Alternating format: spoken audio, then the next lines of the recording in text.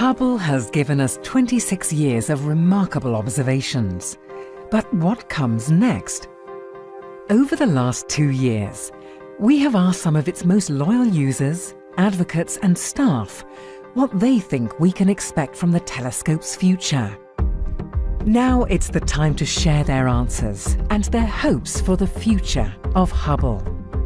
30 years from now, Hubble will be remembered as the telescope that transformed our view of the universe. So I think that legacy is secure. Which is much more interesting is what will it do next, and how will it lay the groundwork for the James Webb Space Telescope.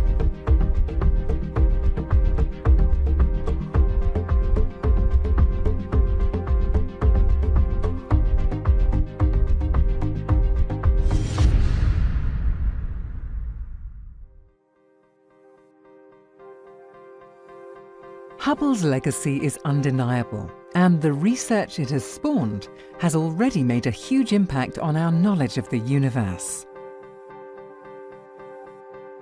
I mean, it's told us how old the universe is, it's told us what the early galaxies look like, and it's produced a whole range of wonderful images, and it's engaged the whole population in astronomy in a way that we haven't seen in any other telescope in human history. And it's been the most productive telescope in human history. But instead of looking at the achievements in Hubble's past, it's time to look forward. What might be in store for the telescope in the future? A major field Hubble has left to explore is the study of exoplanets, planets orbiting other stars. Planets which, when Hubble was launched, we had never seen. Now there are many telescopes dedicated to finding these alien worlds, and nearly 2,000 have been discovered.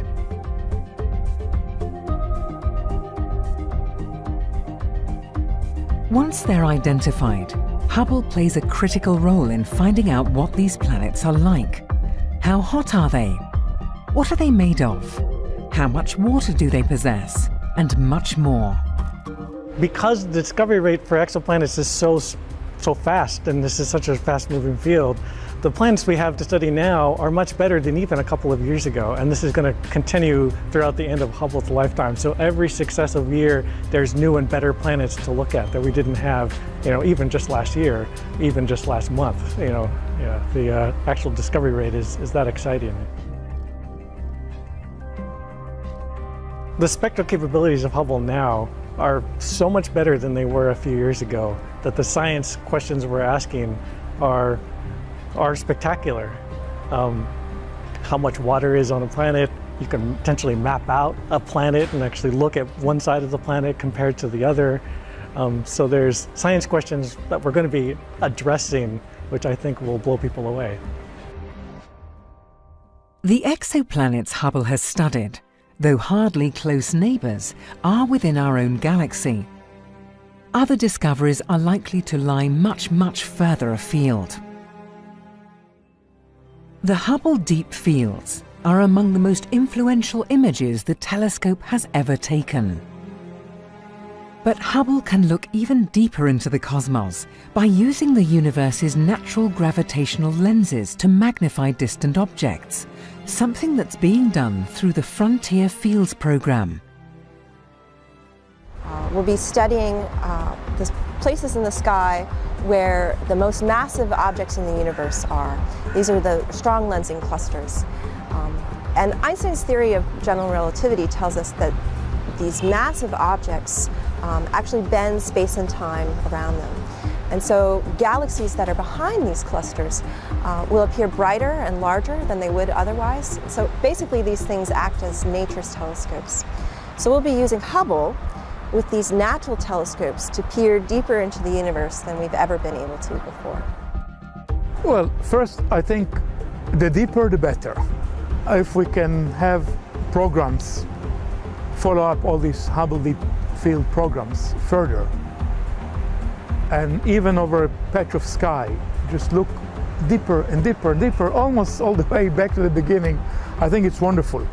Because the amazing thing with those Hubble Deep Fields is that when we first looked at them, the reaction was, after so many years about just talking about how did galaxies form, we see how did galaxies form.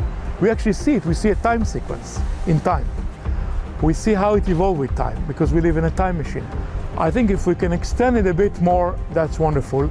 And then also to look at different environments, the way galaxies look in dense environments, what we call clusters of galaxies, compared with the field. I think in those two areas, Hubble can still do a fine job.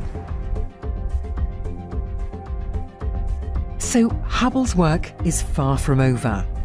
There is much left to learn and many new questions yet to be posed. And the astronomers know this.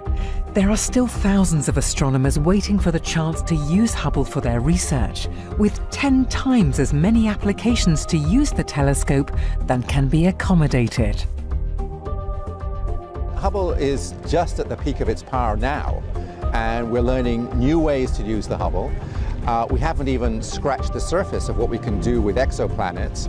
We've got this new approach of using gravitational lenses to actually magnify the universe in ways that we won't be able to get to until we get to JWST.